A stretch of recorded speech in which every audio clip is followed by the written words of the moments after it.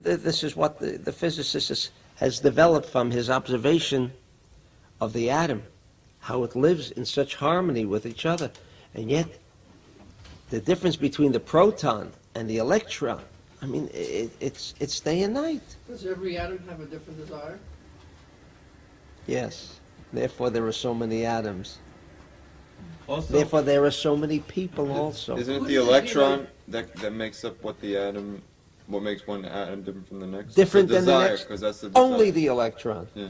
But all electrons from a physicist's point of view is the same, and that is not true, because they haven't got the devices to detect that, and ultimately they will find it, although they're on the wrong track. Imagine now they're going into a project that is going to cost in the area about $790 billion. It'll take a long time, because they want to get to the bottom of everything.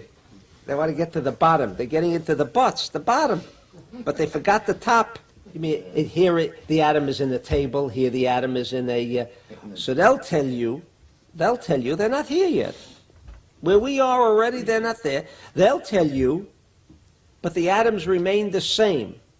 It is only the wood that really makes the impression. But then Chaim would ask, wait a second, are you telling me that the 1% really has such an influence on the 99% that it can change things?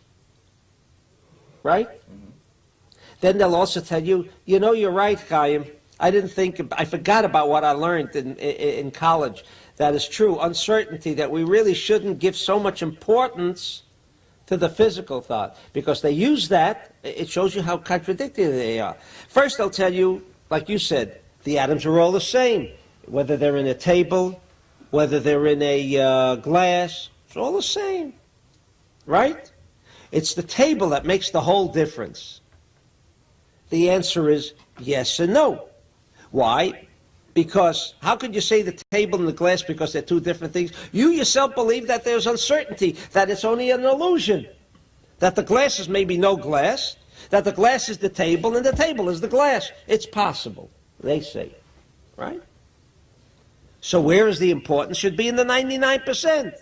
And 99% because this atom has this kind of desire to receive. He came here, and this atom came here. Oh, wait a second. Now you're telling me atoms have the intelligence of man? It has. But they're robotic. That's the only difference. That is the only difference.